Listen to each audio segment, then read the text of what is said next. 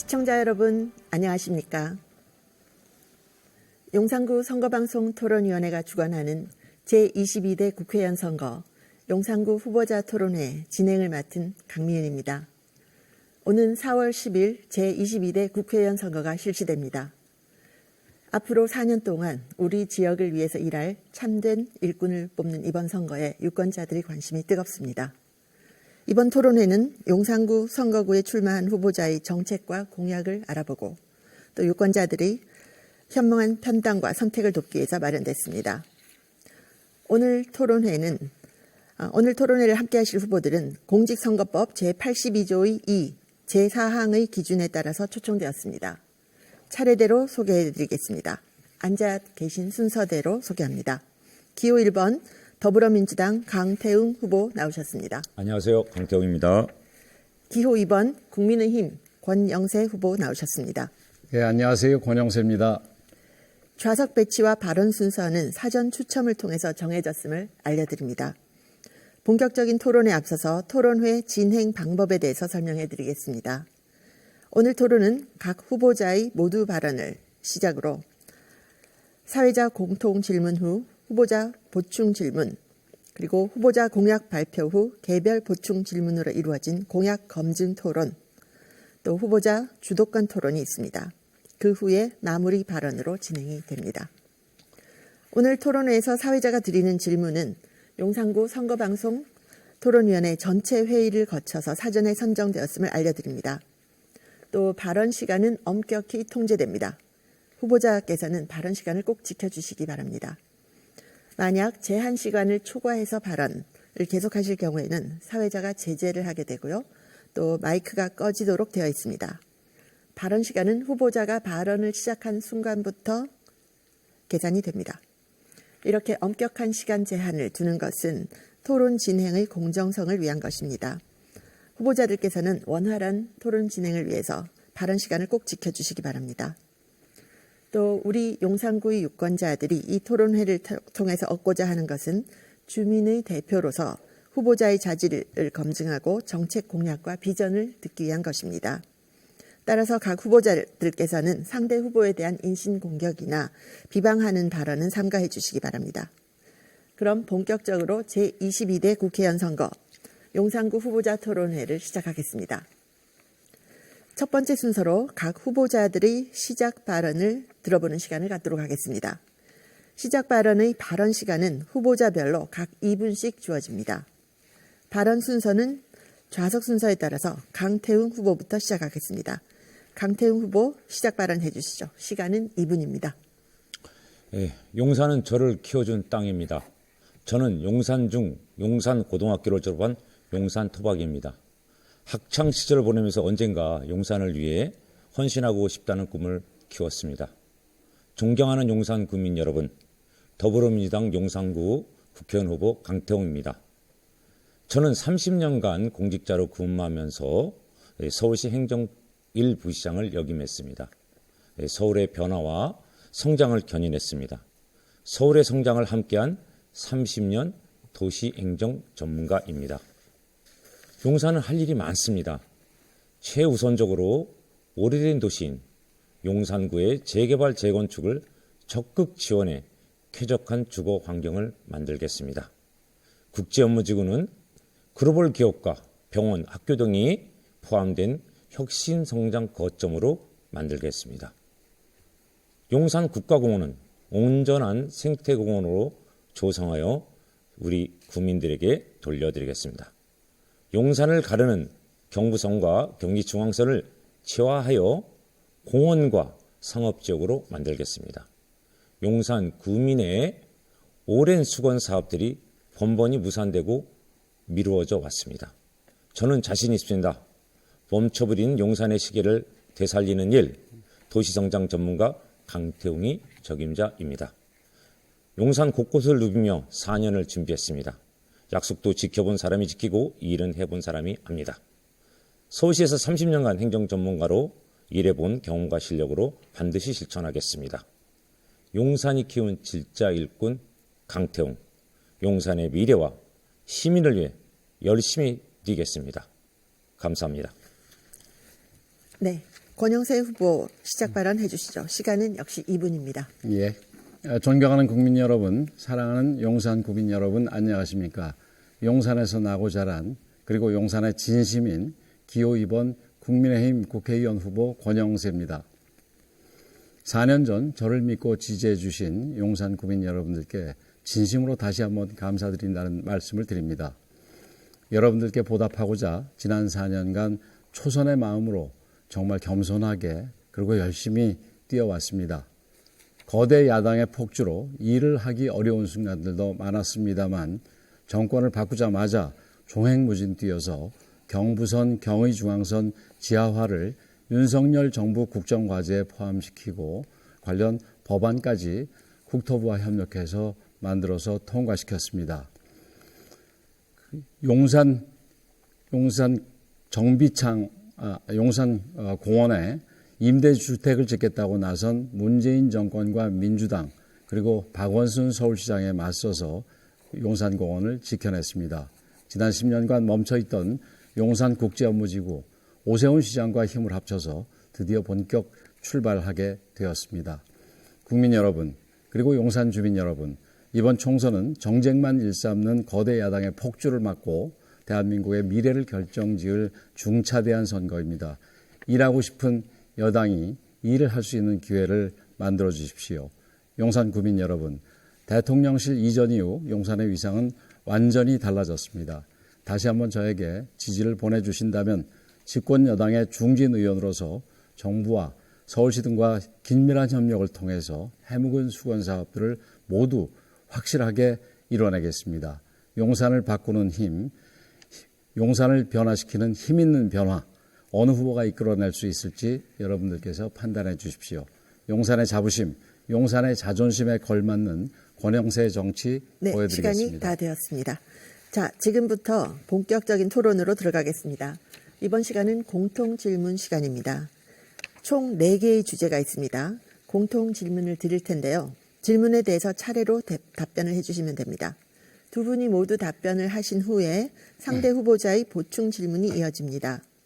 질문을 받은 후보는 이에 대해서 보충 답변을 해주시면 됩니다. 질문에 대한 답변 시간은 1분 30초이고요. 보충 질문은 30초의 시간이 주어집니다. 첫 번째 주제 드리겠습니다. 첫 번째 주제는 국회의원으로서 발의하고자 하는 안건에 대한 질문입니다. 국회의원의 기본적인 권한은 입법권 행사인데요. 국회의원으로 당선이 되면 꼭 발의하고자 하는 안건은 무엇인지 말씀해 주십시오. 답변은 발언 순서에 따라서 권영세 후보부터 시작하겠습니다. 답변 시간은 1분 30초입니다. 예.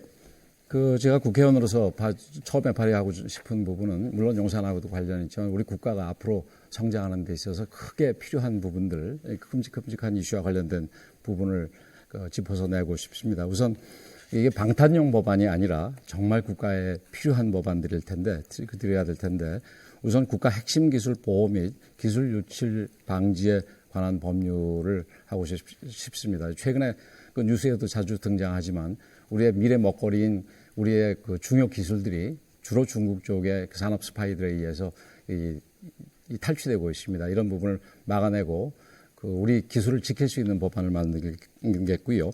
그다음에 우리 지금 이 저출산 고령화가 문제가 되고 있지 않겠습니까? 그래서 미래 세대 육성 및 가족 지원에 관한 법률을 두 번째로 만들고 싶습니다. 관련해서는 고용보험법, 정부조직법, 모자보건법 이런 여러 법들이 포함될 텐데 특히 정부조직법은 이 저출산 문제를 담당하는 부총리급의 부서를 신설하는 것을 포함합니다. 그리고 마지막은 지금 AI 기본법입니다. AI는 지금 미래에 굉장히 중요한 미래 우리 세상을 바꾸는 기술로 되어 있습니다. 그러나 이에 대한 규제 혹은 보호, 육성에 대한 법률이 지금 전혀 없는 상황입니다. 그래서 이런 법률에 관해서 제가 다음번 국회의원이 또다시 된다면 반드시 만들고 싶은 분야입니다. 감사합니다. 네, 다음 강태웅 후보 답변해 주시기 바랍니다. 역시 시간은 1분 30초입니다. 예, 저는 용산구 국회의원으로서 만약 당선이 된다면 국회의원으로서 이태원 참사 특별법을 발의하겠습니다. 예, 중앙정부, 서울시 그리고 용산구의 무능으로 발생한 이태원 참사로 159분의 소중한 목숨을 잃은 지 어느덧 1년 5개월이 되었습니다. 우리 더불어민주당이 작년 이태원 참사에 대한 신속한 진사 규명과 그리고 재발 방지 대책 수립, 피해 유가족에 대한 치유, 종합적 지원을 위해 이태원 참사 특별법을 발의했습니다. 그러나 윤석열 대통령은 국회가 의결한 법안에 대한 거부권을 행사하여 국민과 유가족의 요구를 외면했습니다. 저는 이태원 참사로 눈물을 흘리는 유가족들을 외면하지 않겠습니다. 철저한 진상 규명과 유사한 참사의 재발 방지 대책을 수립하도록 하겠습니다. 지금 이태원 상권이 너무나도 어렵습니다. 따라서 이태원 주민들과 상인들의 의견을 수렴해 상권 활성화 공동체 복법만을 담은 이태원 참사 특별법을 만들겠습니다. 다만 이 자리에서 권영세 후보님께 제안을 드립니다. 남은 임기 중에 대통령의 거부권 행사로 제2요구된 이태원 참사 특별법이 여야 합의 이번 국회 21대에서 여야 합의로 처리될 수 있도록 국민의 의원님을 설득해 주시길 부탁드립니다. 네, 이어서 권영세 후보는 강태웅 후보에게 보충 질문을 해주시기 바랍니다. 시간은 우리 강 후보님, 30초입니다. 그 이태원 참사 특별법은 지금 이 총선이 끝난 뒤에 여야가 다시 논의하기로 한 거를 알고 계시는지 모르겠습니다. 그것까지는 모르고 지금 현재 아직 회기가 또 남아 있기 때문에 말씀을 드리는 겁니다. 그래서 그 이제 주 쟁점은 조사위원회 보상과 지원에서 관련해서는 우리 국민의힘에서도 같은 법안을 발의해서 그게 한참 협의되고 있다가 갑자기 저쪽에서 그냥 민주당 법안을 갖다가 강행 통과시키는 바람에 거부권까지 가게 됐는데. 네, 질문 시간이 30초이고요. 답변 시간이 1분 30초입니다. 그래서 그걸 지켜주시면 좋겠고, 강태웅 후보님 조금 발언하셨는데 시간을 조금 쓰셨거든요. 그래서 그 질문에 대해서 조금 더 답변하실 게 있으실까요? 지금 1분 30초를 다 안 쓰셨습니다. 근데 이 이태원 특별법의 경우에 있어서 후보님께서 압수수색 청구권이나 동행명령권, 특별조사위원회가 헌법기관이라고 초헌법적인 요소다, 법안 자체가 그런 말씀을 주셨는데요. 사회적 참사 진사 특별법, 다시 말해서 가습기 살균제 사건이나 세월호 참사 진상규명에 관련된 법의 경우에는 이러한 유사한 규정들이 있었거든요. 그렇기 때문에 이태원 참사의 경우에 초헌법적이라고 특별법의 경우 초헌법적이라고 볼 수 없다고 저는 생각하고 있는데 어떻게 생각하십니까? 예. 지금 저는 이번에 1분 30초죠? 지금 강태웅 후보님 답변 시간 1분 30초 다 쓰시고요. 그다음에 강태웅 후보가 권영세 후보께 보충 질문하는 시간인데 그럼 이걸로 보충 질문하시는 걸로 할까요? 30초 쓰실 수 있습니다. 강태웅 후보님이. 이걸 보충 질문으로 하시겠습니까? 네, 질문하겠습니다. 네. 예, 그러면 권영세 후보님이 답변해 주시고요. 시간은 1분 30초입니다. 예, 기본적으로 압수수색이라든지 우리 시민들의 기본권에 대해서 영향을 주는 부분은 극도로 제한적으로 해석해야 된다는 게 헌법 원칙입니다. 사실은 그 세월호 참사 특별법에서도 그런 이 권한을 조사위원회에 준 것도 사실 당시에 문제가 많았었는데 그 당시에 무리하게 통과가 됐던 거고 그런 법이 계속 일상화된다면은 우리 국민들의 신체와 재산 이런 부분들이 국가에 의해서 침해될 우려가 굉장히 많습니다. 그래서 그런 부분은 극도로 제한을 해서 해야 될 것 같고요. 이태원 참사를 말씀하시는데 혹시 우리 강태웅 후보님은 이태원 참사 때 현장에 나와 보셨습니까? 예, 그날 바로 갔었습니다. 근데 아침에는 사실은 못 갔고요. 그 사건 당시에는 못 갔고 갔습니다. 예. 이거 언제 가셨습니까? 아침에 바로 갔습니다. 예. 예. 그래서 저는 당일날 다녀왔는데 이태원 참사 부분에 대해서 그렇게 애타게 생각하신다면 당시에 혹시 용산에 아직 이사 오시기 전인가요? 예, 그렇습니다. 근데 그 당시에 강남에 사시느라고 이사 오시기 전이라서 지금 나오시기가 힘들었던 모양인데 저는 제가 통일부 장관으로 있었음에도 불구하고 바로 현장에 나가서 보니까 이 현장은 이미 어느 정도 제가 한 11시 정도 갔는데 현장은 초동 조치가 완료돼서 이후의 절차가 필요하다고 생각을 해서 구청 쪽에다가 상황실을 설치하고 앞으로 후속 절차를 위해서 이 시 또 중앙정부하고 긴밀히 협조하라고 여러 가지 조언을 하고 왔는데 당시에 야당 인사들은 전혀 볼 수가 없었습니다. 근데 지금 와가지고 이태원 참사에 대해서 이런 얘기 저런 얘기 하시는 거는 적절하지 않다고 생각을 합니다. 네, 시간이 다 됐습니다. 각자 답변하시는 시간 1분 30초 내에서 이렇게 잠시 왔다 갔다 하시는 건 괜찮을 것 같습니다. 시간은 꼭 지키도록 하겠습니다. 왜냐하면 나중에 공정성에 대한 문제 제기가 있을 수 있기 때문에 시간을 제가 꼭 지키도록 말씀을 드리겠습니다. 말씀 잘 들었습니다. 이번 주제는 대통령 집무실 이전 관련 이슈에 대한 질문입니다. 대통령 집무실이 용산으로 이전한 지 2년 정도 지났습니다. 대통령 집무실 이전이 용산구에 가져온 긍정적인 부분과 부정적인 부분은 무엇이라고 생각하시는지 각자 말씀을 해주시기 바랍니다. 이번 답변은 강태웅 후보부터 답변해 주시기 바랍니다. 답변 시간은 1분 30초입니다. 대통령실 용산 이전 이후 용산 주민들은 매일 출퇴근 시간마다 극심한 교통체증에 시달리고 있습니다. 대통령실 인근에서 발생하는 집회 시위는 존중되어야 되지만 주택가에서 주말마다 소음이 있습니다. 시위로 위한 소음이 있습니다. 주민들은 소음 때문에 집을 비운다고 합니다. 머리가 아플 지경입니다. 또 용산 국가공원의 문제에 대해서도 대통령 경호 문제 이유로 혹시라도 용산 국가공원이 당초 계획과 달리 제대로 열릴 수 있는 시민의 품으로 돌아올 수 있을 것인지 우려하는 주민도 많습니다. 실제로 국토교통부 자료를 확인해 보니까 대통령실 이전에 따라 공원구역 변경을 반영하기 위한 조성 계획이 현재 용역이 추진 중에 있었습니다. 이는 용산공원이 늦어질 수 있다는 가능성이 우려되는 부분입니다. 용산공원이 뉴욕의 센트럴파크 못지않게 생태공원으로 만들어지기를 주민들은 원하고 있습니다. 용산 발전을 위해서는 반드시 대통령실이 다시 이전해야 되고 저는 생각합니다. 그래야 용산 국민에게 교통체증 없는 용산, 소음 없는 용산, 평온한 용산을 돌려드릴 수 있습니다. 국민적 합의를 전제로 대통령실 재이전을 당선되면 추진하겠습니다. 네, 이어서 권영세 후보 답변해 주시기 바랍니다. 역시 시간은 1분 30초입니다. 예, 대통령 집무실 이전은 과거 윤석열 대통령을 포함해서 5분의 대통령이 약속을 했던 부분입니다. 직접 문재인 대통령님도 이 부분에 대해서 약속을 했지만 지키지 않았습니다. 윤석열 대통령이야말로 그동안 약속만 하고 지켜지지 않았던 공약을 처음으로 이행한 분입니다. 그 용산 이전으로 인해서 용산은 대한민국 정치와 행정의 새로운 중심이 되고 용산 발전의 큰 디딤돌로 만들었다는 점에서 큰 의미가 있다고 생각을 합니다. 만일 이제 다시 우리 강 후보가 주장하는 것처럼 그 용산에서 대통령실을 뺀다면 용산의 발전은 멈춰버릴 것입니다. 그 많은 분들이 집무실 이전으로 미군 기지 반환 속도가 더디다고 하는데 대통령실 주변에 미군이 통제하는 이 토지들이 있기를 원하는 정부가 어디 있겠습니까? 오히려 대통령실이 용산으로 옴으로 인해서 용산 기지 반환은 속도를 더 낼 겁니다. 시위와 이제 이 소음 문제는 솔직히 조금 많이 늘은 거는 사실입니다. 그래서 시위 부분에 있어서는 그 제가 법안을 만들어서 데시벨 소음 규제를 철저히 하는 그런 법안을 만들어서 지금 그 진행 중에 있고 이번에 통과시키지 못한다면 다음번에라도 반드시 통과시킬 겁니다.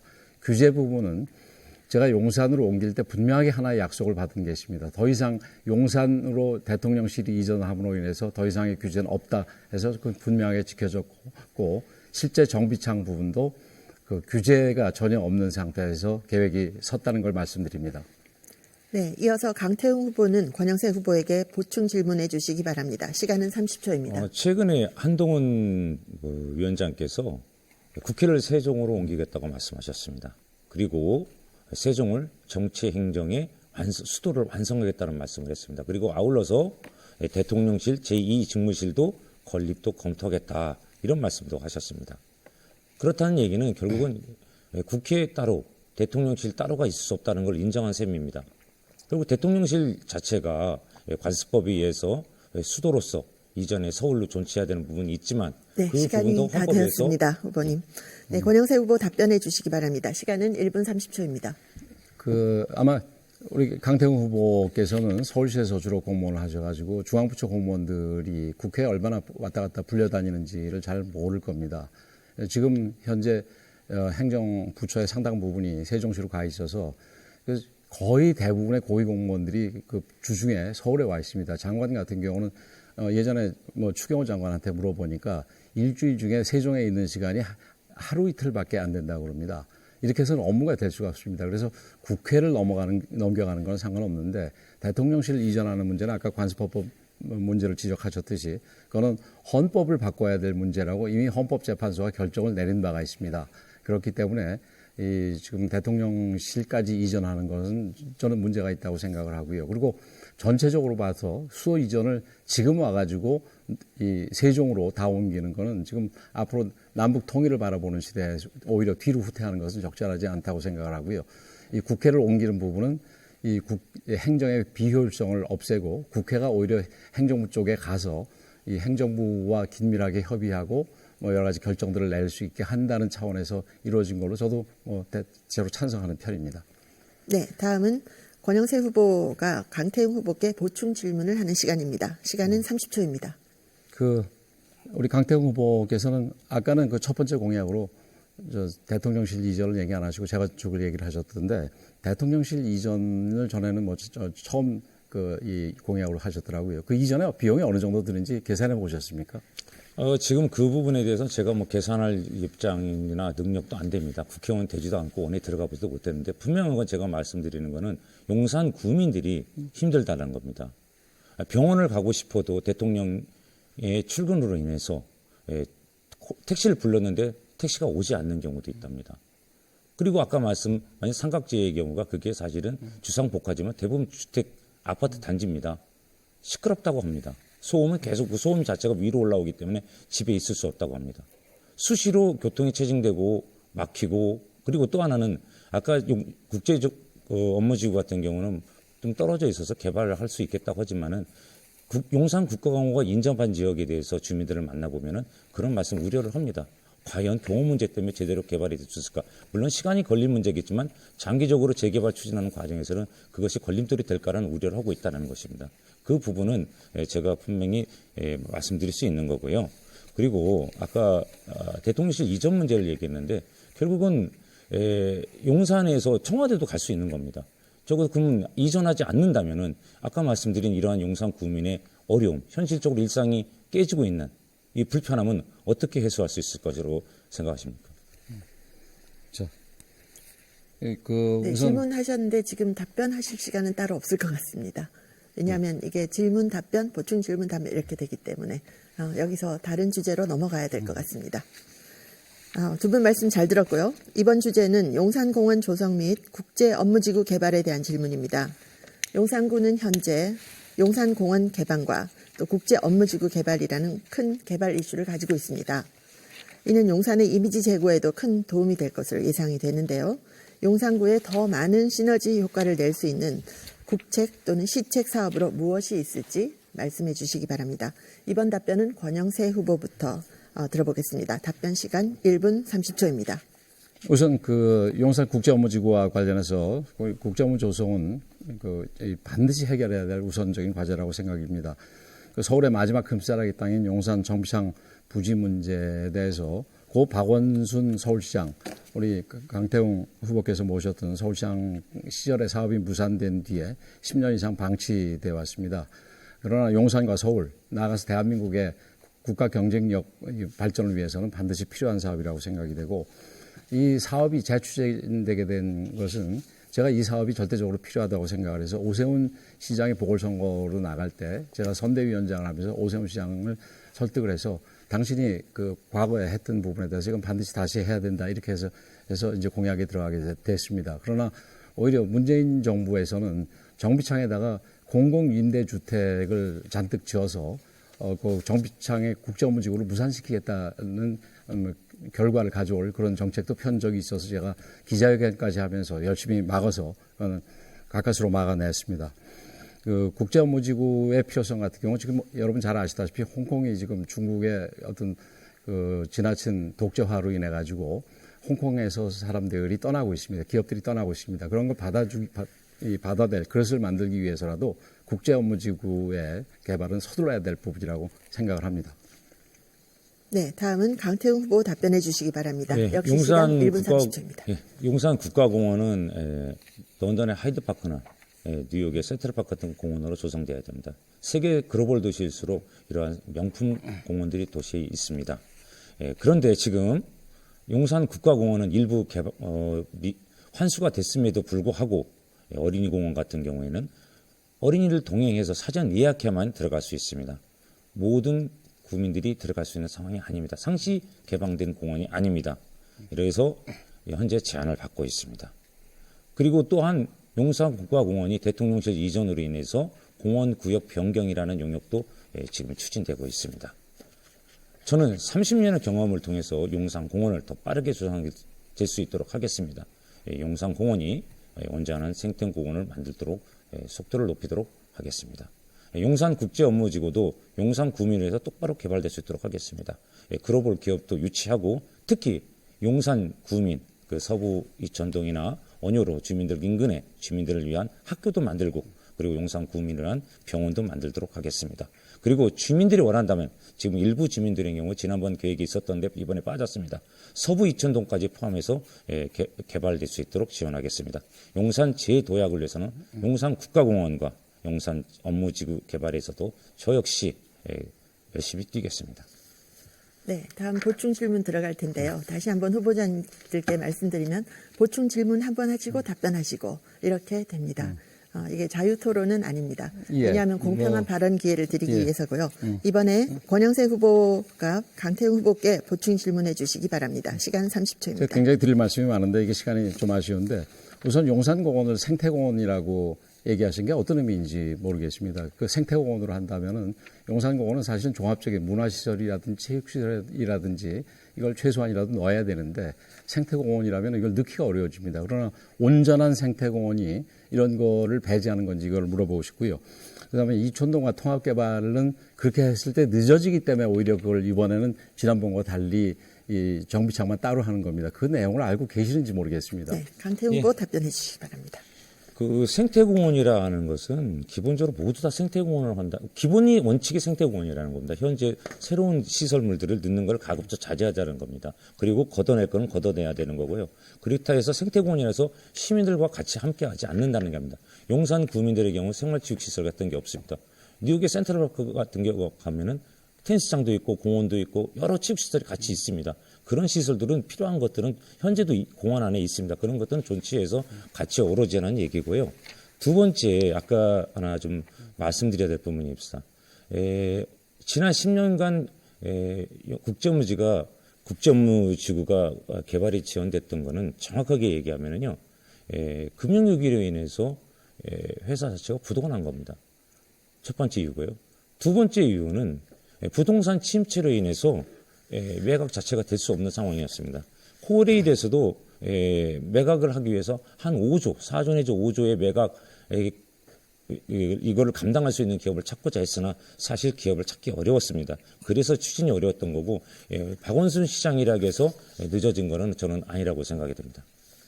네, 다음 강태웅 후보가 권영세 후보에게 보충 질문을 해주시기 바랍니다. 시간은 30초입니다. 국제업무지구도 그렇고 그때 서부 이촌동의 경우도 그 원인 자체는 기본적으로 계획 수립 자체가 잘못됐다기보다도 그 부동산 경기 그리고 금융 위기로 인해서 발생된 겁니다. 아까 같이 그 박원순 시장 민주당 임대주택의 경우도 사실 그때 저 역시 일정 부분에 대해서는 반대 의견을 냈습니다. 그러나 그게 반영되지는 않았던 것이고요. 그 이제 서울시 요구도 해왔습니다. 이 부분에 대해서 저도 동의합니다. 어떻게 생각하십니까? 네, 권영세 후보님 1분 30초 답변해 주시기 바랍니다. 예, 우선 저희 국제업무지구 개발과 관련해서 박원순 시장이 반대한 게 아니다라고 얘기를 하시는데 사실은 제가 알고 있게 2018년도 박원순 시장도 2018년도쯤에는 싱가포르 방문해가지고 이거 이런 거가 반드시 필요하겠구나. 특히 홍콩 문제와 연계해서 필요하겠구나 해서 잠깐 얘기를 했다가 중앙정부하고 협의 과정에서 없어졌습니다. 이미 그때는 할 수 있었던 거를 안 했다는 얘기죠. 그래서 이런 부분에 대해서는 우리 이 강태웅 후보가 정확하게 얘기를 하셔야 될 것 같고요. 아까 온전한 생태공원 얘기를 하셨는데 지금 말씀하시는 거라면은 그냥 생태공원이지 온전한 생태공원처럼 완전한 생태공원 다른 거가 없는 이런 식으로 표현해서 생태주의자들의 어떤 호감을 살 이런 식의 표현은 삼가하시는 게 좋지 않겠나 이렇게 생각이 되고요. 그다음에 서부 이촌동과 통합개발 부분은 오세훈 시장이 처음에 국제 업무지구를 할 때는 서부이촌동과 통합개발을 하려고 그랬습니다. 그러나 이번에는 정비창만 하고 서부이촌동 통합개발은 뺐습니다. 그 이유는 이 정비창은 이미 그 빈 땅이지만 이 서부이촌동 같은 경우는 지금 재개발 재건축을 해야 되기 때문에 그 내부적으로 논의 과정에서 시간이 좀 걸립니다. 그러나 그것까지 포함을 해서 통합개발을 할 때는 시간이 늦어지기 때문에 우선 정비창의 국제업무지구를 선개발을 해서 서부이촌동의 개발을 선도하는 그런 그 역할을 하자. 그래서 2030년 이전에는 최소한 공사라도 시작하자. 이런 취지에서 된 거라는 말씀을 드립니다. 네, 두 분 말씀 잘 들었습니다. 자, 이번 주제는 소외계층에 대한 복지 지원 정책에 대한 질문입니다. 최근 우리 사회가 혼인율이, 결혼율이 떨어지고 있고요. 또 청년층의 1인 가구가 증가하고 있습니다. 또 고령화로 인해서 노년층 1인 가구가 지속적으로 증가하고 있는데요. 이런 분들을 위한 지원 정책, 그리고 또 복지 정책에서 소외되고 있는 중장년층에 대한 지원 정책에 대해서도 말씀해 주시기 바랍니다. 이번 답변은 강태웅 후보부터 들어보겠습니다. 답변 시간 1분 30초입니다. 저는 서울시에서 30년간 일했습니다. 어려운 시민의 삶을 챙기고 주민이 주인이 되는 찾아가는 동주민센터라는 프로그램을 도입했습니다. 보편적 복지 수요가 증가하는데 복지를 전달하는 시스템 자체가 제대로 작동이 되지 않습니다. 동주민센터가 최종 전달하는데 깔때기 현상으로 해서 복지가 제대로 시민들한테 전달되지 않고 있었습니다. 이래서 전달 체계를 개편한 것이 찾아가는 동주민센터입니다. 그리고 아울러 민간 협력 복지 생태계를 구성해서 복지 사각지대를 해소하는 데 앞장섰습니다. 그리고 서울시에 근무하면서 청년들을 위한 청년적 수립과 맞춤형 청년 정책도 추진했습니다. 그리고 어려운 시민들을 위한 긴급 돌봄 체계인 서울 돌봄 SO센터 등 SO센터 설치 프로그램도 만들었습니다. 함께 잘 사는 호용적 보편적인 복지 체계를 만들기 위해 노력했습니다. 그리고 앞으로 민주당과 함께 주 5일 어르신 점심 밥상과 어르신 주치의제도 활성화, 그리고 청년 먹거리 바우처 도입, 초등학생 간식 사업, 이게 폐지했던 부분이 있습니다. 다시 부활하겠습니다. 그리고 임산부 친환경 농산물 꾸러미 사업도 부활하겠습니다. 국민들의 삶에 꼭 필요한 복지정책 지원 대책이 지원될 수 있도록 노력하겠습니다. 네, 이어서 권영세 후보 답변해 주시기 바랍니다. 시간은 1분 30초입니다. 예. 현재 우리나라는 OECD 국가 중 노인 빈곤율, 자살률, 청년 실업률 등이 최고 수준입니다. 그러니까 안타까운 현실입니다.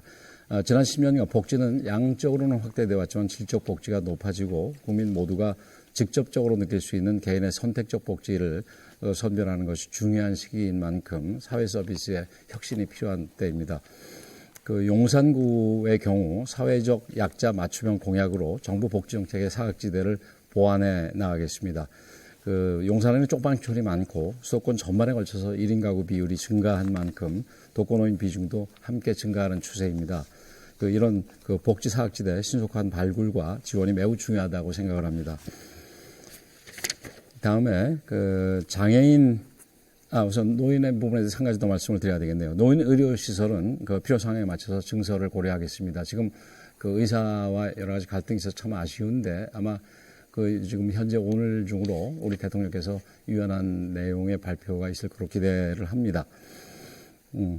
그래서 이 고령자에 필요한 노인의 의료 시설에 대해서 추가적으로 필요할 경우 시설 증설을 반드시 하도록 하겠습니다. 그리고 장애인 돌봄 서비스도 확대를 하고 또 우리 한부모 가정의 복지급여 인상과 자녀 양육비 이행을 강화하고 또 수건 사업을 다 해결해서 어르신들이 편안하게 살 수 있고 약자들이 편안하게 살 수 있는 그런 용산을 만들어내겠습니다. 네. 이어서 강태웅 후보는 권영세 후보에게 보충 질문해 주시기 바랍니다. 시간은 30초입니다. 지금 윤석열 정부에 들어오면서 감세가 많이 추진되고 있습니다. 감세로 인해서 행여나 복지 수요가 필요한데도 불구하고 줄어든지 않은가 저는 생각을 해봅니다. 그런데 노인 요양시설 확충 사업이 예산이 삭감이 됐습니다. 그리고 장애인 복지시설 기능보강 사업 예산도 삭감이 됐습니다. 어린이집 확충 예산도 삭감이 됐습니다. 이러한 것들은 감세 정책으로 인한 것이 아닌가 묻고 싶습니다. 네, 권영세 후보님 1분 30초 제가 기억하기에 지난 2020년 때 부동산 문제가 좀 심각하니까 우리 강태웅 후보도 다른 그 민주당 의원들과 함께 부동산 관련 감세를 주장하는 그런 입장을 발표했던 걸로 알고 있습니다. 감세가 필요한 부분에 대해서 감세를 해야 됩니다. 그리고 또 증세가 필요한 부분에 대해서는 국민들한테 동의를 하고 해야 되겠죠. 그러나 이 감세를 했다 그래가지고 복지 혜택이 줄어드는 부분, 특히 이 사회적인 취약계층에 대한 복지가 줄어드는 부분은 절대로 없어야 된다는 말씀을 드리고요. 거꾸로 이 월 3만 원의 대중교통을 무제한으로 이용할 수 있는 청년 패스 같은 그런 이 뭐라 그럴까요?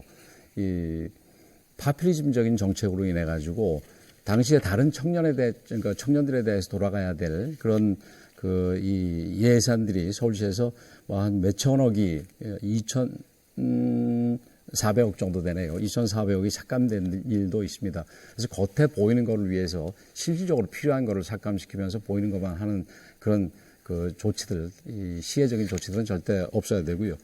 마찬가지로 지금 얼마 전에 이재명 대표께서 전 국민에게 재난지원금을 준다고 그러는데 지금 인플레로 사람들이 굉장히 고통을 받고 있습니다.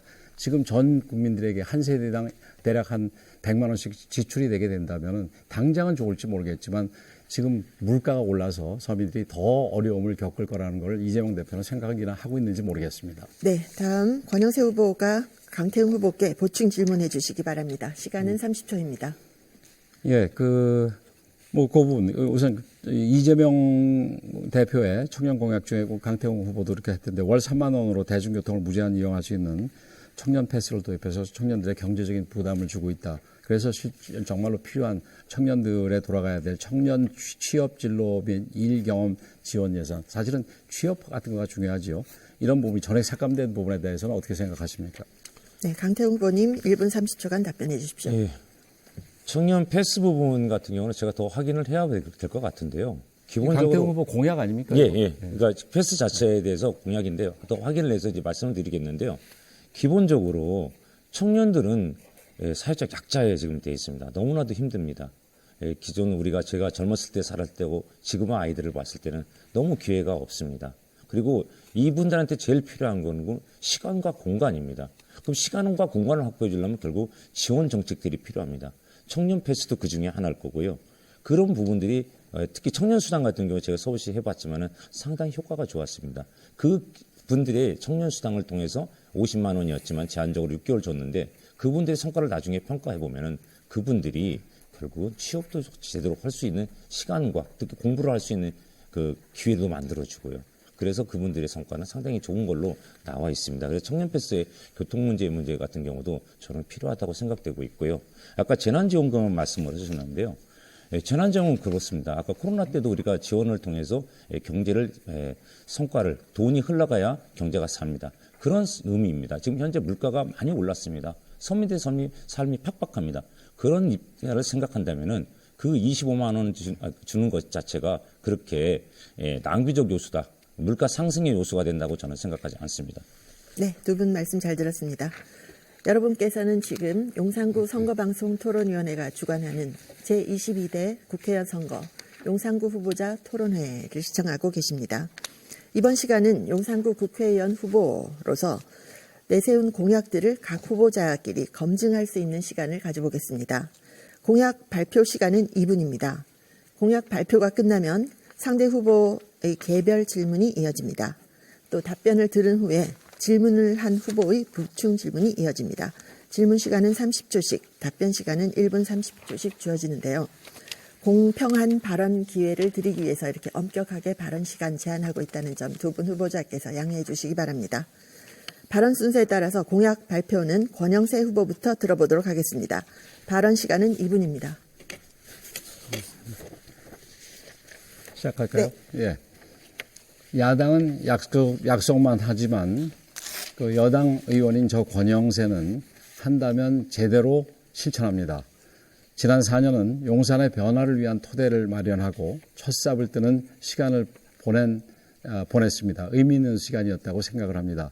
민주당과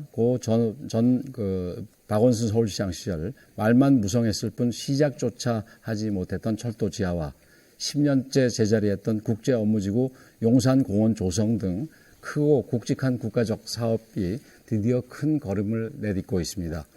또한 다수의 재개발 재건축이 추진 중인 우리 용산은 중요한 변화의 시기를 맞고 있습니다.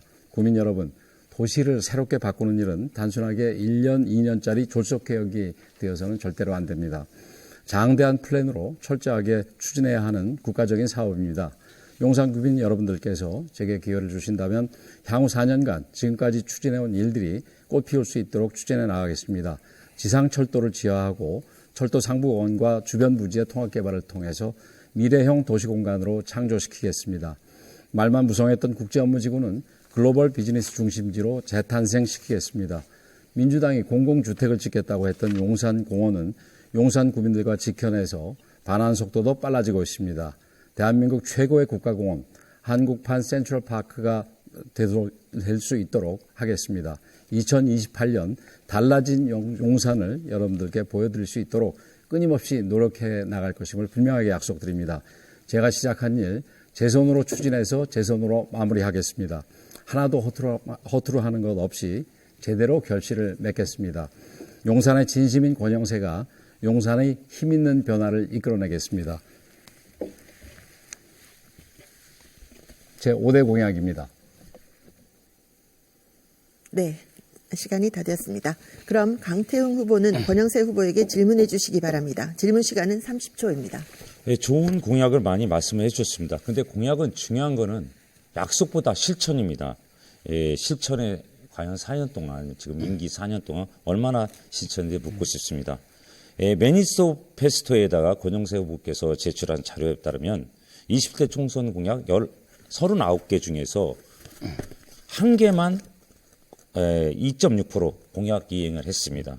GTX 공원, 신만리선 역신설, GTS-A 공원, 용산공원 통과 노선. 네, 질문 시간이 다 되었습니다. 권영세 후보 답변해 주시죠. 답변 시간 1분 30초입니다. 제가 무슨 질문을 하셨는지 잘 모르겠습니다만 어쨌든 매니페스토에 저희들이 지금 몇 퍼센트라는 부분은 전혀 사실과 저는 다른 걸로 알고 있습니다. 제가 지금 공약을 해서 추진이 되고 실현이 된 것들도 굉장히 많다는 말씀을 일단 드리고요. 지금 우선 국제업무지구 관련 부분에 대해서도 지금 오세훈 후보가 실제로 발표를 해서 지금 진행이 시작돼서 2025년, 한 26년, 내년 후년까지는 기반시설이 완성이 되고 2029년에는 본격적인 건설이 추진될 예정으로 있습니다. 이런 부분들은 이미 실현을 했다고 볼 수 있고요. 철도 지하 부분도 제가 법안을 만들어서 지금 진행이 되고 있습니다. 지금 윤석열 정부의 입장은 윤석열 정부 임기가 끝나기 전까지는 최소한 삽을 뜬다고 그러고 있습니다. 당연히 경부선과 경의중앙선을 집어넣도록 하겠습니다. 이런 굵직굵직한 프로젝트에 대해서 반드시 지켰습니다. 그리고 용산공원 조속한 이전 부분에 있어서도 이미 어린이 공원을 이 실현을 해서 지금 워낙 인기가 좋기 때문에 그걸 너무 사람이 몰릴까봐 인터넷으로 이 추첨을 해서 신청을 해서 지금 받고 있습니다만은 그런 류의 진행들이 이미 이루어졌고 앞으로도 조속하게 이루어질 겁니다. 다시 한번 강조하지만 대통령실이 용산에 있게 된다면은 그 주변에 미군이 관리하는 토지가 있기를 바라지는 않습니다. 조속한 용산공원의 추진을 위해서도 대통령실의 용산이 필요합니다. 네, 강태웅 후보는 권영세 후보께 보충 질문 한 번 더 하실 수 있습니다. 질문 시간 30초입니다. 아까 제가 마저 말씀을 못했는데요. 공약에 보면 39개 중에서 이행을 못했는데 아까 GTX-A 용산공원 통과 노선을 만들겠다는데 공약 자체가 무산됐습니다. 그리고 신안산선 만리지역 신설하겠다고 제가 발표했는데 아직도 이행이 되지 않고 있습니다. 그리고 지역의 지역 민원일 수 있는 축대 입구역 에스컬레이터 설치하겠다는데 아직 되지 않고 있습니다. 2008주소 다시 공약하고 있습니다. 4년 동안 존치하지 못했습니다. 이런 건 어떻게 설명할 수 있을까요? 네, 권영세 후보님 답변 1분 30초 해주시죠. 네, 2008주소는 지금 절차적인 부분만 진행이 되고 있습니다. 우리 좀 사시고 계신데 바로 앞이니까 잘 아시겠습니다. 거기 8주소 들어올 거고요. 숙대역 입구 에스컬레이터 부분은 지금 숙대역 입구가 굉장히 좁기 때문에 거기에 대해서 용역이 진행되고 있습니다. 지금 우리 강태웅 후보도 행정을 오래 하셔서 잘 아시겠습니다만은 그게 시간이 좀 걸린다는 걸, 용역하는 데만 해도 1년, 2년이 걸린다는 걸 잘 알고 계실 텐데, 그거를 제가 진행을 시켜서 그 정도까지 온 부분에 대해서 칭찬을 안 해주시고, 거기에 대해서 안 됐다고 얘기하시는 거는 조금 아쉽게 생각을 합니다. 저는 서울시에서 행정을 해봤습니다. 네, 답변 지금. 죄송합니다. 네. 다 하셨습니까? 네. 네. 예, 그러면 이어서 강태웅 후보 공약 발표 시작해 주시죠. 발언 시간 2분입니다. 예, 저 강태웅은 일할 수 있는 진짜 일을 한 일꾼입니다. 용산의 오래된 수건 사업을 해결하겠습니다. 여러 번 말씀드렸지만 대통령실이 이전해 옴에 따라서 용산 구민의 일상은 깨졌습니다. 그리고 용산공원이 개방될 수 있는지 우려하고 있습니다. 제대로 제때 가까운 시간 내에 개방될 수 있을까? 그리고 많이 개방될 수 있을까? 우려하고 있습니다. 소음과 교통 재정으로 고통을 안고 있습니다. 대통령 이전이 꼭 필요하다고 생각합니다. 현재같이 반쪽 개방, 어린이 정원같이 반쪽 개방이 아니라 진짜 국민들이, 시민들이 이용할 수 있도록 개방되어야 됩니다. 이를 위해서는 대통령실 이전이 필요하다고 생각됩니다. 둘째는 용산은 오래된 도시입니다. 너무 낡았습니다. 100여 개 정도 이상의 지역에서 재건축이 추진되는 걸로 알고 있습니다. 이런 재건축을 추진하기 위해서는 행정을 안 한 제가 해결할 수 있습니다. 주민들의 의사를 합의를 이끌어내고 시도 쫓아다니고 국토부도 쫓아다니고 문제를 해결하도록 하겠습니다. 저는 해법을 알고 있습니다. 용산국제무지구 중요합니다. 아까 말씀드렸지만 이건 빨리 진행이 되어야 됩니다. 가다서다 반복했습니다. 그동안 여러 요인이 있었지만은 이번에는 반드시 가야 됩니다. 저 강태웅 당선되면 우선 과제로 추진하도록 하겠습니다. 그리고 경부중앙선철도 아까 권영세 후보도 말씀하셨지만 사실은 이 대표 발의는 우리 서울시에서 먼저 했던 사항, 우리 민주당에서 의원들이 먼저 대표 발의한 사항입니다. 이 대표 발의된 법안이 이행 실천돼서 용산이 하나된 용산이 되고 분절된 공간이 하나가 됨으로써 진짜 시민들이 편하고 그리고 그 공원으로 이용되고 상업지역이 개발돼서 용산이 다시 도약할 수 있는 기회가 될 수 있도록 저 강태웅 최선을 다하겠습니다. 이래본 강태웅 해결할 수 있습니다. 네, 잘 들었습니다. 그럼 권영세 후보는 강태웅 후보에게 질문해 주시기 바랍니다. 질문 시간 30초입니다. 대통령실 이전 비용에 대해서 물어보니까 뭐 더 알아봐야 되겠다고 말씀을 하시고 청년 패스도 더 좀 알아보겠다고 말씀을 하시는데 공약을 하실 때는 다 아시고 나오셔야 되는 거 아닌가 싶습니다. 다시 한번 강조해서 말씀을 드립니다만은 용산공원권의 개방은 이 대통령실이 여기에 있음으로써 훨씬 더 빨라질 겁니다. 그리고 이 철도 지하 부분에 대해서는 지금 통과된 법이 그전 이전 법들이 아니라 국토부하고 저하고 협의해서 만든 법이 근간으로 됐다는 부분만 말씀을 드립니다. 네, 강태웅 후보 답변해 주시죠. 1분 30초입니다. 예, 철도 지하법의 경우를 보면은 의정보고서에서 이런 말이 있습니다. 2024년도 의정보고서입니다. 권영세 후보 의정보고서에 철도 지하에 대해서 지난 정부와 거대 여당은 관심조차 없었다고 기재하고 있습니다. 그러나 이번에 통과된 철도 지하법, 말씀 주신 법은 4건이 법안이 병합된 겁니다. 그중에 3건은 민주당 의원이 대표 발의한 것이고요. 가장 먼저 대표한 것은 22년 1월 10일 민주당의 김경엽 의원이 발의했고요. 23년 허종식 의원이 9월 25일 날 발의했습니다.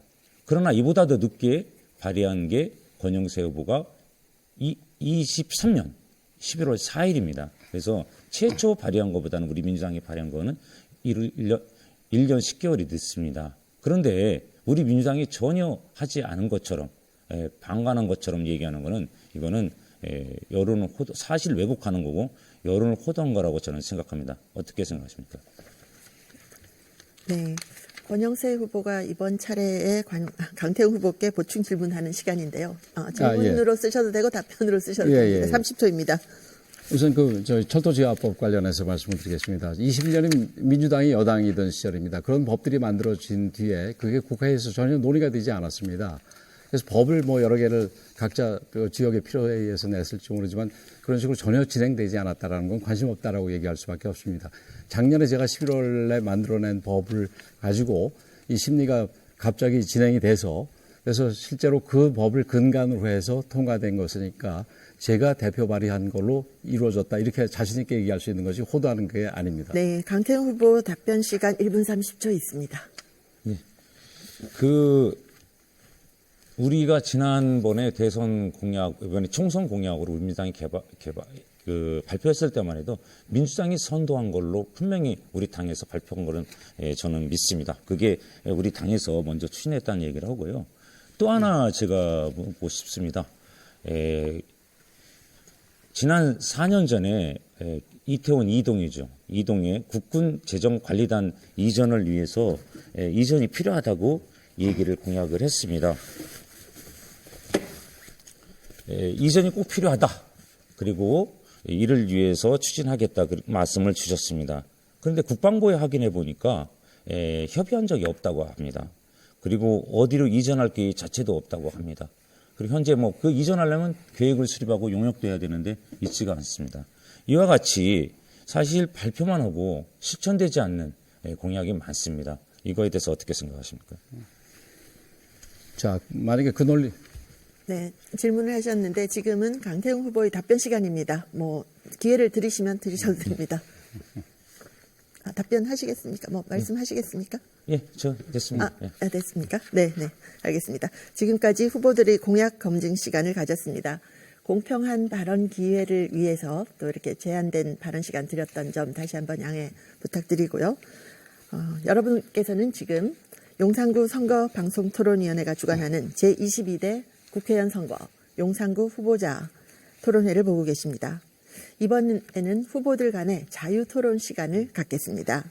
주도권을 가진 후보는 자유롭게 상대 후보에게 질문과 보충 질문을 할 수 있습니다. 각 후보에게 주어진 시간은 5분입니다. 5분 내에서 자유롭게 주도하시면 됩니다. 시간은 엄수해 주시고요. 질문과 답변은 가급적 1분 이내로 해주시면 좋겠습니다.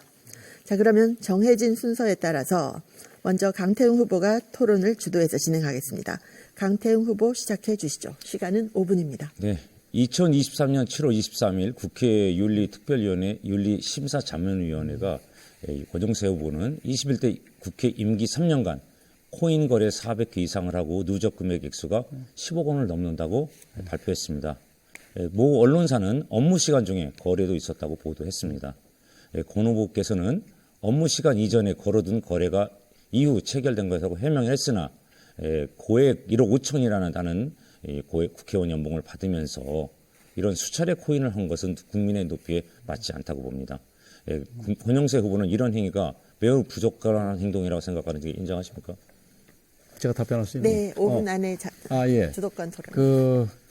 혹시 강태웅 후보는 코인 전혀 안 하십니까? 예, 전혀. 가족들도요? 예, 전혀. 예. 근데 저는 그거는 좀 다르게 생각을 합니다. 지금 코인이 굉장히 중요한 사회적인 현상이 되고 있기 때문에 조금 알아볼 필요가 있다고 생각을 하고 혹시 도박 판돈을 어떻게 계산하는지 아세요? 전 도박을 해본 적이 아니요, 없습니다. 도박 판돈 계산 나중에 처벌할 때 도박을 예를 들어서 1,000원짜리를 했다 그러면은 100번을 했다 그러면은 10만 원으로 계산을 합니다. 지금 십몇 억을 했다 그러는데 저는 그때 한 3천만 원 정도 했던 것 같고요. 김남국 의원 같은 경우 그렇게 따지면 조가 됩니다. 그리고 아까 윤리자문위원회하고 언론사를 얘기를 하셨는데 언론사는 잘 모르는 상태에서 보도를 했고 나중에 그 보도가 없어졌고 윤리자문위원회가 사실은 국회는 지금 사실상 여당이 민주당이기 때문에 민주당 쪽에서 임명한 사람이 위원장으로 계신 걸로 알고 있는데 그분이 저에 대해서는 아무 문제가 없다라는 걸 공식적으로 통보한 걸로 알고 있습니다. 그래서 심지어 이 자기 쪽 정당인 이 민주당 출신의 김남국 의원에 대해서는 그때 제명 공가를 하시면서 저에 대해서는 아무 조치도 안 했습니다. 그리고 민주당에서도 저에 대해서는 아무 조치를 하다가 그 뒤에 한참 뒤에 제가 오늘 라디오 프로에 나가가지고 코인 문제가 어떻게 됐냐고 누가 물어보길래 그럼 민주당도 저에 대해서는 아무 얘기를 안 한다. 그건 아무 문제가 없는 것 같다. 오래된 얘기라서 제가 기억이 잘 안 나가지고 답을 제대로 못했는데 아무 문제가 없는 것 같다. 철저하게 검증을 해본 결과 그랬더니 비로소 그 다음 날 마지못해서 이 윤리자문위에 고소를 하는 형식적인 조치를 취했습니다. 이게 문제가 없는 일종의 경제 활동에 대해서 그렇게 지적하고 그러는 거는 좀 좋지 않다고 생각을 하고 이 골프나 이런 사회 활동을 하시는지 모르겠는데 저는 골프를 개인적으로 잘 안 합니다만은 골프 한 번 칠 시간이면 거기 400회 거래라 그러는데 한 수십 회를 합니다. 코인의 성격에 대해서 지금 젊은 층들은 코인에 빠져가지고 이 실망을 하기도 하고 또 돈을 벌기도 하고 어쨌든 젊은 층들이 많이 빠지는 현상에 대해서 강태웅 후보도 돈 벌겠다는 생각이 아니라 좀 관심을 가지고 좀 경험해 보시는 것도 괜찮을 거라고 제가 말씀을 드립니다. 예. 하나 더 여쭤보겠습니다. 4년간 입법 활동을 분석해 보니까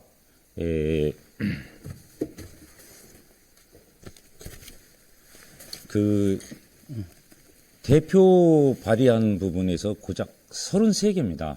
34개입니다. 34개. 그리고 매니페스토에 제출한 그때 총선 당시에 제출한 약속 법안들이 국회 선진화법이나 공수처 폐기, 코로나 마스크 대란 방지법 등이 발의되지 않았습니다. 입법 실적의 경우 보면 하위 8인 걸로 나타납니다. 그리고 물론 통일부 장관이었기 때문에 어려움이 있을 걸로 생각이 됩니다. 그러나 본회의 결석률도 하위 7위, 상임위 결석 하위 9위로 의정활동이 상당히 제대로 이루어지지 않았는데 이런 부분들은 제대로 국회의원을 역할을 하지 않았느냐. 용산 구민이 선출된 부분에 대해서 역할을 하지 않았느냐 한번 여쭤보고 싶습니다. 그 동해들 중에서 그 참여연대에서 나중에 발표한 거를 인용을 하시는데 참여연대 분들이 좀 나쁜 분들입니다. 이 결석률 같은 경우는 제가 장관이기 때문에 당연히 못 가는 부분, 그러나 그 행정적으로 처리가 안 된 부분을 제외하게 되면은 중간보다 훨씬 상위입니다. 그런데 장관으로서 못 간 부분에 대해서 그거를 결석했다고 다 집어넣어가지고 이걸 마치 국회에 불성실했던 것처럼 얘기하는 거는 그거는 그 참여연대가 어떤 정파적인 생각을 가지고 오도하는 거라서 심각하게 유감스럽다 얘기하지 않을 수 없고요. 법안 문제와 관련해서는 아까 매니소 법안 부분은 이미 유사한 법안들이 제출될 경우에 제가 또 대표 발의하는 게 무의미하기 때문에 안 한 부분이 대부분인데 저는 그렇게 생각을 합니다. 국회의원들의 법안을 제출하는 부분과 관련해서 그게 정성적으로, 정량적으로 네, 몇 이제 건을 시간이 다 됐습니다. 죄송합니다. 벌써 지나갔네. 네. 강태웅 후보 주도의 상호 토론 5분 시간이 지났습니다.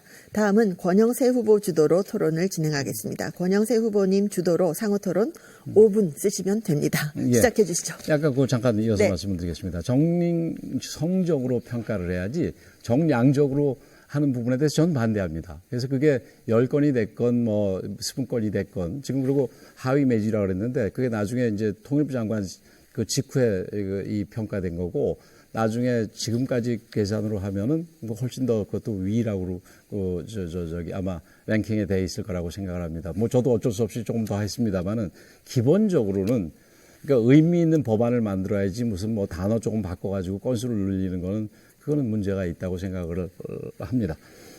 우리 그 강태웅 후보의 그 철도 사실은 그 강태웅 후보가 이 주거라든지 뭐 재개발 재건축 쪽에는 별로 일을 안 하시고 제가 보니까 거의 교통이라든지 관광 쪽에서 일을 하셨더라고요. 그래서 이 철도 도로 지하를 하시겠다 그러는데 우선 그 지하도로 건설 부분을 말씀드리겠습니다. 동서와 남북 이태원 삼각지 후암동 동작대교를 지하도로를 건설하신다 그랬는데 그렇게 되면 지금 현재 대통령실이거나 혹은 국방부를 바로 통과를 하게 됩니다. 이게 괜찮다고 생각을 하십니까? 안보적인 위협이나 이런 문제로. 그리고 비용은 이게 어느 정도 드신다고 생각을 합니까? 비용까지는 계산 안 해봤지만 이게 원래 당초 이제 주민들이 후암동에 가면 아주 간절합니다. 그 부분에 대해서는. 근데 우려하는 부분이 있습니다. 이 공원, 지금 동작대교 보면 막혀 있죠. 그리고 후암동에 사시는 분들이 강남으로 가려고 그러면 한참 돌아서 가야 되는 문제가 있습니다. 그래서 이게 절실하다는 얘기를 하는 거고요. 그리고 아까 보안 문제를 얘기하는데 그 부분은 극복할 수 있다고 봅니다. 기술적으로 공사 비용이 많이 들더라도 주민들이 꼭 필요한 사업이라면 해야 되고 보안 문제도 극복해야 될 거라고 저는 생각을 하고 있습니다. 근데 그 비용 문제에 대해서 정확하게 모르시면서 비용이 더 많이 들더라도 절실함을 해야 되는. 그 정도 비용은 저는 그렇게 생각합니다. 저는 됐습니다. 그렇게 하시고 이 강변북로 용산 구간 지하하고 덕계공원 조성 이런 부분은 뭐 저희들도 찬성을 합니다. 그리고 그 경부선 경의중앙선 철도 지하화와 관련해서 여기에는 그 비용을 어떻게 하는지는 알고 계십니까? 예, 일단 일정 부분은 그 지하화를 하고요. 위에 상업지역 같은 걸 매각을 통해 가지고 조성을 해서 조성 자금을 만드는 걸로 그렇게 알고 있습니다. 예, 근데 좀 더 상세히 아실 필요가 있을 것 같습니다. 그리고 제가 만약에 당선이 돼서 이 부분을 적극적으로 추진하게 된다면 우리 우리 강태웅 후보님이 그 교통 분야의 전문가니까 제가 도움을 많이 받으려고 그러는데 이 현재는 지금 그 상나라 부지하고 주변 부지들을 SPC를 만들어서 거기에 투자를 하고 그다음에 제가 만든 법과 조금 차이가 나는 부분이 그거 하나입니다. 지방자치단체가 이제 추가로 출연을 할 수 있게 이렇게 만드는 부분인데 그 이유는 서울의 특히 경부선이나 경의중앙선 같은 경우는 이 상부 부지의 매각 또 그리고 주변 부지의 매각을 통해서 얼마든지 자원 조달이 가능합니다. 그러나 이게 법이기 때문에 이게 서울만 해당되고 용산만 해당되는 게 아니라 다른 지역도 해당이 되는데 다른 지역 같은 경우는 상부의 개발로 인해 가지고 이 충분한 지하화 자금을 만들지를 못합니다. 그래서 국비는 그 대신에 투입을 안 하되 특히 광역지방자치단체가 되겠죠. 광역지방자치단체가 주로 하게 된다는 말씀을 드리고요. 어쨌든 철도 지하화 부분 같은 경우는 이 우리 용산 같은 경우는 동서와 남북을 나누는 경의선, 경의중앙선, 경부선 부분은 반드시 들어가야 됩니다. 지금 서부 이천동 가면은 철도 이 교통의 불편함에 더해서 철도로 인한 소음 때문에 엄청나게 고통을 겪고 있습니다. 그래서 이런 부분들은 반드시 해결해야 될 거라고 생각을 하고요. 국제업무지구 한 가지만 더 말씀을 드리면은 국제업무지구는 아까 말씀드렸듯이 2018년에 하려고 그러다가 좀 알았는데 이 강태웅 이 후보 같은 경우는 2018년은 그때 계실 때인데 왜 그거를 추진을 안 했습니까? 그 당시에? 여러 가지 요인이 있었습니다. 그 부분에 제가 직접 제 일부 시장소 2018년 제가 기조실장이었겠네요. 그때는 기획조정실장이었을 텐데. 기조실장이면 뭐 전체적으로 다 전체까지 말씀을 드리겠습니다. 네. 그 부분이 그때 부동산 경계가 많이 올라감으로 인해서 그 부분에 대해서 좀 늦춰야 되겠다는 그런 내부적인 의견이 있었던 걸로 알고 있습니다. 네. 그 용산 정부청 부지에 공공임대주택을 넣겠다라는 부분에 대해서 이 적극적으로 반대 목소리를 내신 적이 있습니까? 예, 그때 당시에 제가 공식적으로 제가 야인이었기 때문에 후보였기 때문에 죄송합니다. 5분 주도권 토론 시간이 끝났습니다. 두 후보자의 열띤 토론 잘 들었습니다. 이제 토론을 마무리 지을 시간입니다. 그동안 공평한 발언 기회를 위해서 엄격하게 발언 시간을 제한했던 점 다시 한번 양해드리고요. 마지막으로 두 분이 유권자에게 드릴 당부의 말씀 혹은 그동안 미처 답변을 하지 못하셨던 그런 내용을 말씀하실 마무리 발언 기회를 드리겠습니다. 주어진 시간은 각 2분입니다. 먼저 권영세 후보 마무리 발언해 주십시오. 2분 드리겠습니다. 권영세 후보님, 마무리 발언 2분입니다. 예. 잘 들으셨는지요? 존경하는 국민 여러분, 용산 구민 여러분, 다시 한번 권영세입니다. 지난 4년 용산과 나라를 위해서 쉴 틈 없이 열심히 일해왔습니다. 지난 문재인 정부와 민주당이 집권하는 동안 약속만 하고 실천은 없었던 철도 지하와 단절된 용산이 하나로 거듭날 기초를 닦았습니다. 지난 10년간 제자리 걸음만 하던 용산국제업무지구 서울시와 함께 힘과 지혜를 모아 본격적으로 출발하고 있습니다. 야당 정부, 야당 시장 아래서 묶여있던 남산 고도지구 제한도 완화되었고 재개발 재건축 규제도 하나씩 풀리고 있습니다. 첫 단추를 꿰는 용산의 수건 사업들을 하루도 하나도 허투루 할 수 없습니다. 빠짐없이 결실을 맺어야 합니다. 철도 지하화, 용산국제업무지구, 용산공원, 고도제한 완화, 재개발 재건축까지 용산의 미래를 바꾸기 위해서는 힘을 가진 큰 일꾼이 필요합니다. 제가 시작한 일 제 손으로 마무리하겠습니다. 경험 많고 큰 일 해본 예산을 가져올 수 있고 사업을 제대로 추진할 수 있는 권영세가 저희 고향 용산을 더욱 크게 바꿀 수 있다고 생각을 합니다. 그리고 마지막으로 한 가지 드리고 싶은 말씀은 지금 민주당의 우리 강태웅 후보는 좋은 후보 잘 공천했다고 생각을 합니다만은 민주당의 공천은 정말 아나무인 방탄소년단이 아닌 방탄의원단 공천이었습니다. 지금 양문석 후보라든지 지금 박용진 후보 지역 같은 경우에 소위 대장동 변호사들 공천 같은 경우는 정말 있을 수 없는 공천입니다. 통상적으로는. 근데 이런 공천을 하고 있는데도 불구하고 우리 국민의힘이 지금은 좀 힘겨운 싸움을 하고 있습니다. 그건 남의 탓을 할 게 아니라 우리 국민의힘이 우리 국민들의 마음을 얻지 못한 부분이라고 생각을 합니다. 저부터 반성을 하고 제가 당선이 되면은 우리 당도 바꾸고 우리 정부도 바꿔서 국민의 힘이 국민들의 지지를 받고 사랑을 받는 그런 정당으로 만들겠다는 말씀도 아울러 드립니다. 감사합니다. 네, 다음은 강태웅 후보 말씀 들어보겠습니다. 2분 드리겠습니다. 네, 존경하는 용산 구민 여러분, 지난 4년간 용산의 시계는 멈춰 있었습니다. 정권의 무능과 이태원 참사에 대한 무책임으로 민생과 안전에는 빨간불이 들어왔습니다.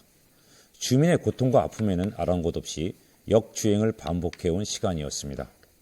무능과 불통이 상징이 된 대통령실이 이전되어야 하고 용산의 평온한 일상이 회복되고 용산의 미래를 준비해야 합니다. 용산은 지금 과거로 후퇴하느냐, 미래로 나아가느냐 절체절명의 기로에 서 있습니다. 새 인물로 제대로 된 진단과 처방을 내려야 용산이 똑바로 설 수 있습니다. 사랑하는 용산 구민 여러분, 저는 지난 4년간 용산 곳곳을 다니면서 낮은 자세로 민심을 경청하고 길 위에서 해법을 찾았습니다. 저는 정치를 하면서 좋은 정치란 보편적 공익을 넓히고 사회 안전망을 만들어 사회적 약자의 손을 잡고 함께 가는 것이라 생각했습니다. 늘 이 초심을 가슴에 새기겠습니다. 용산이 키운 도시성장 전문가, 용산의 질장 일꾼 강태웅이 용산의 미래를 똑바로 세우겠습니다. 오래된 도시 재건축, 재개발 추진에 적극 지원하겠습니다. 용산공원 개방에 앞장서겠습니다. 그리고 국제업무지구와 철도화에도 앞장서서 문제를 해결하는 데 노력하겠습니다. 용산 구민 여러분, 간곡하게 호소드립니다. 4월 5일, 6일 사전투표가 있습니다.